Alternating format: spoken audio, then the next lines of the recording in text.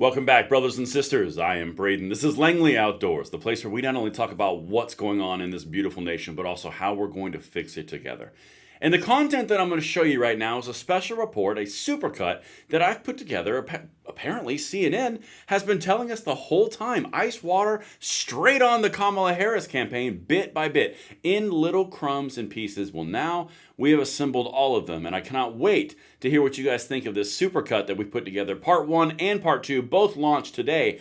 Send this stuff out, guys, because the reason we pay such close attention to the little tiny nuance changes is because that is where all the party's at. Everything will be linked in the description box below. I can't wait to hear what you guys think. And of course, make sure you hit that like button, subscribe to the channel, turn the notification bell on. And whether you are watching Part 1 or Part 2, please share this with everyone that you know. And who made it possible is SDI, Sonoran Desert Institute. I know a lot of you guys like to upgrade and modify your own guns at home. Why not turn it into a career? It's a hobby you love. Why would you not want to have a career you love and make money doing it?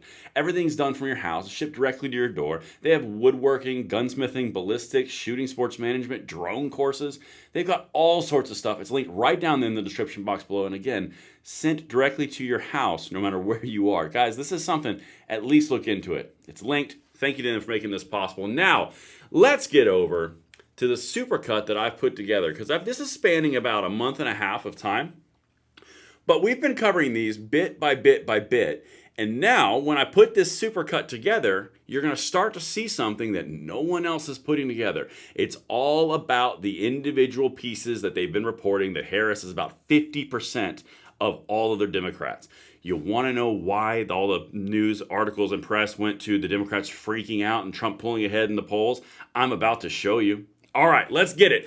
I'm going to do the first 3 in this one and then the second 3 in the next one. But check this out. This is Harry Inton. This is a CNN data analyst. Let me show you the first piece. Again, this is first of 6.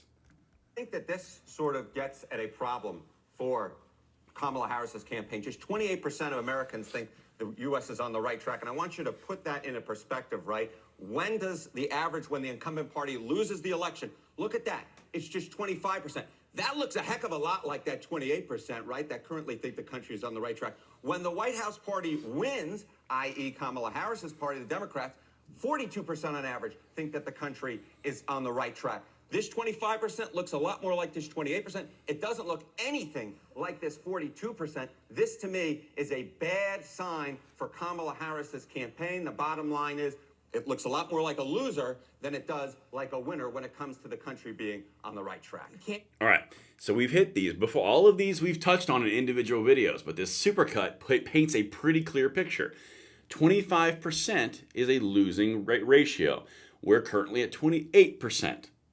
Okay, that's not great for the incumbent administration, in this case Kamala Harris. Let me keep going here, and I'm going to go to the next one. Again, this is all tying together. Listen to what CNN just said, again, all over the last month and a half, around 18 to 29, a key voting demographic. You're going to start to see the picture that is being painted of why they are now sending out all their superstars because they're scared. Watch this. How is Vice President Harris performing with young voters compared to how President Biden did in 2020? Some numbers, Anderson, to help with that question. Number one, just look at this choice for president. I want to stretch this out a little bit. Excuse me for turning my back. This is from a recent New York Times Siena poll. It shows Donald Trump and the vice president tied among voters aged 18 to 29. Joe Biden carried that group by 24 points in 2020 in the exit polls. From being on the ground, remember, when you poll a smaller subgroup in a poll, there's a bigger margin of error.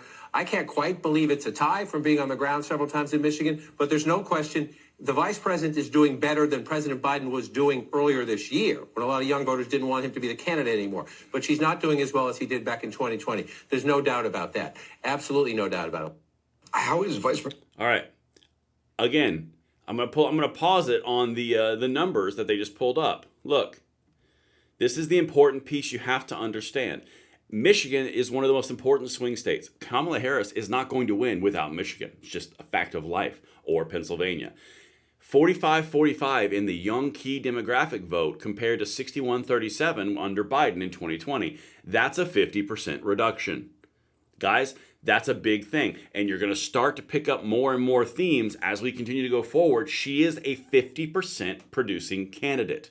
All right. I've shown you Anderson Cooper. I've shown you one thing from Harry Inton. Let's keep going. This supercut just keeps on getting better. Remember, the 50% thing, this is all why, this is the reason, the underscored reason that everything you're seeing in the media today around Harris and the polls and all that stuff.